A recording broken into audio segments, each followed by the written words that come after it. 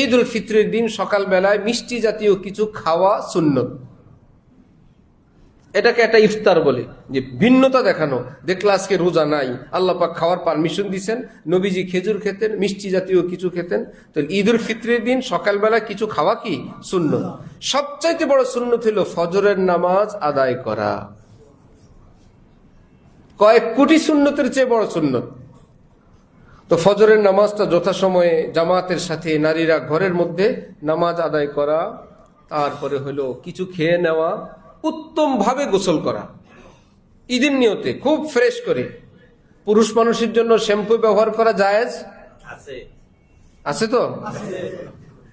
শ্যাম্পুর অপর নাম লিকুইড সাবান, গোলা সাবান, গোলা সাবান বুঝছেন?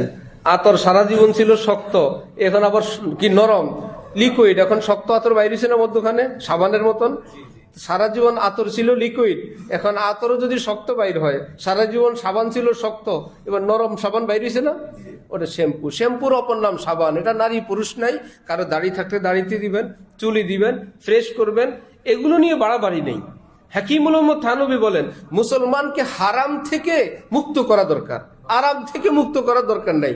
মুসলমানের জীবন থেকে হারাম ছুটানো দরকার, আরাম ছুটানোর দরকার নাই।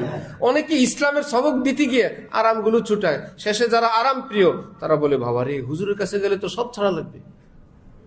ওই যে আরাম ছাড়াইতে চায়, বাড়ি ছাড়ো, গাড়ি ছাড়ো, এসি ছাড়ো, ভালো জামা ছাড়ো, খাওয়ান ছাড়ো। বলে হুজুরের যে অবস্থা, সালাগাই দিয়ে জঙ্গলে যাওয়া ছাড়া হুজুর থামবে না, যে সব ছাড়ায় ছাড়বে। অথচ এগুলো ছাড়তে হবে না, ছাড়তে হবে কি আরাম না হারাম? হারাম ছাড়ো। হালাল আরাম যদি আল্লাহ পাক দেন, সেটা ভোগ করতে কোনো বাধা নেই। তাহলে ভালো করে সুন্দর করে গোসল করা, কেমন ইনশাআল্লাহ? হাত পায়ের নখ যদি থাকে, বড় থাকে, সেটা ফ্রেশ করে নিব। অতিরিক্ত পশম, বগলের পশম, মোজ, দাড়ি, সেটাকে সুন্দর করে সাজায় নিব। দাড়ি সুন্দর করতে গিয়ে আবার ওই কি নাম, সেলুনওয়ালার হাওলা করে দিন না, সে সুন্দর করবে না। এক মুষ্টি রাখা ওয়াজিব। দাড়ি রাখা সুন্নত, এটা হলো নবীর তরিকা, সেই হিসাবে সুন্নত।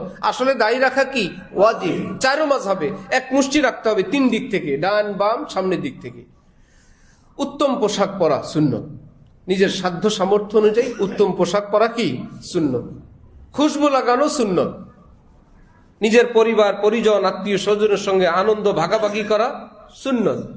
পরস্পর ঈদ শুভেচ্ছা বিনিময় করা। তাকাব্বালাল্লাহু মিন্না ওয়া মিনকুম, তাকাব্বালাল্লাহু মিন্না ওয়া মিনকুম। আল্লাহ আমাদের ঈদ, আপনাদের ঈদ কবুল ফরমান। আমাদের রোজা, আমাদের আনন্দ আল্লাহ পাক কবুল ফরমান। ঠিক আছে ইনশাআল্লাহ। এক পথে আসা, ভিন্ন পথে যাওয়া, ইসলামের প্রত্যেকটা বিধান খুবই প্রাণবন্ত, জীবন্ত। এক পথে আসলাম, কিছু মানুষের সঙ্গে দেখা হইলো, নতুন পথে গেলে নতুন কারোর সঙ্গে দেখা হবে, যে গলি দিয়ে কখনো হাঁটা হয় না। তাকবীর দিতে দিতে আসা, আল্লাহু আকবার, আল্লাহু আকবার, লা ইলাহা ইল্লাল্লাহু, আল্লাহু আকবার, আল্লাহু আকবার, ওয়ালিল্লাহিল হামদ। এটা ঈদের রাত থেকে আমল শুরু। ঈদে যাওয়ার আগে সদকায়ে ফিতির আদায় করা। সদকায়ে ফিতির এবার কত? 110-এর আগে যে ছোট্ট করে লেখা থাকে সর্বনিম্ন, এটা দেখছেন আপনারা না দেখেন নাই?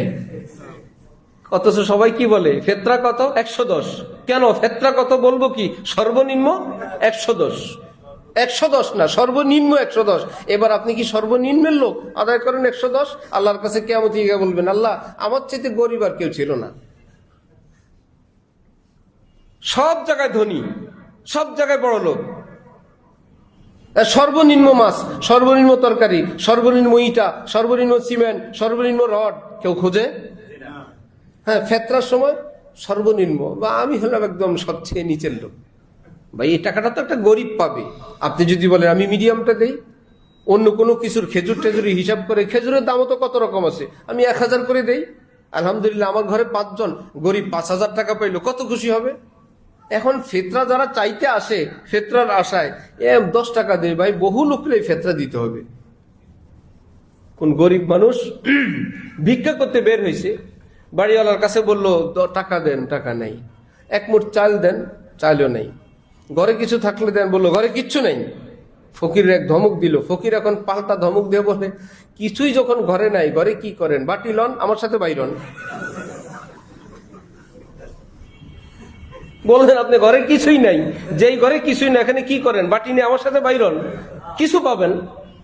এতটা মিসকিন না সাজি আমরা, এটা গরিবের হক। এটা গরিবকে দিলে গরিব খুশি হবে, আমার আমল নামায় একুশিলে সওয়াব পাবো।